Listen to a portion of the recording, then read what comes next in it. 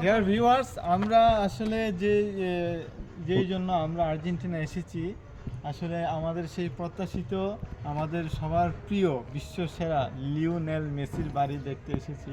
সে এখানেই বড় হয়েছিল, তার শৈশব বাড়িটা কিন্তু এখানেই। এই যে দেখেন মেসির যে বিশ্বকাপের যে স্মৃতি, এটা কিন্তু এখানে খুব সুন্দর করে খোদাই করা আছে। এটা মেসির বাড়ি।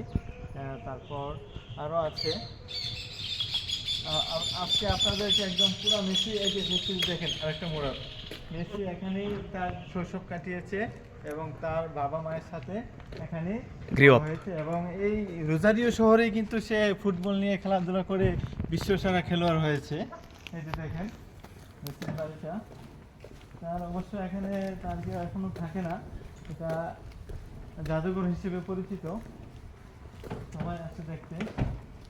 রং করা হয়েছে ইদানিং, রং করছে না, আগে তো আরো ছিল, অনেক পুরাতন ছিল।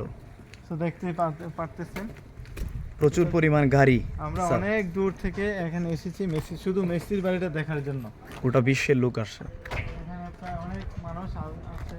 আজকে আমরা অনেক সানের জন্য বেশি মানুষ আসে নাই, সন্ধ্যার পরে মানুষগুলো আসে বিকেলবেলা। এখন রোদ অনেক, এই জন্য এই দেশের মানুষগুলো এখন আসতেছে না। প্লিজ প্রসিং। তো সে আমাদেরকে নিয়ে এসেছে রেড করে। আর্জেন্টিনার একজন driver Messi. Messi we love Messi. Bangladesh please you say Bangladesh. Messi. Ahora mural para picture Messi, okay? You say Bangladesh. Okay, okay. Bangladesh our country Bangladesh. Bangladesh. Okay, okay, okay. Sí, man. Okay sir. So দেখতেই পেলেন যে আমরা অলরেডি আপনাদের আর্জেন্টিনার যে শৈশবের বাড়ি, এটা দেখালাম।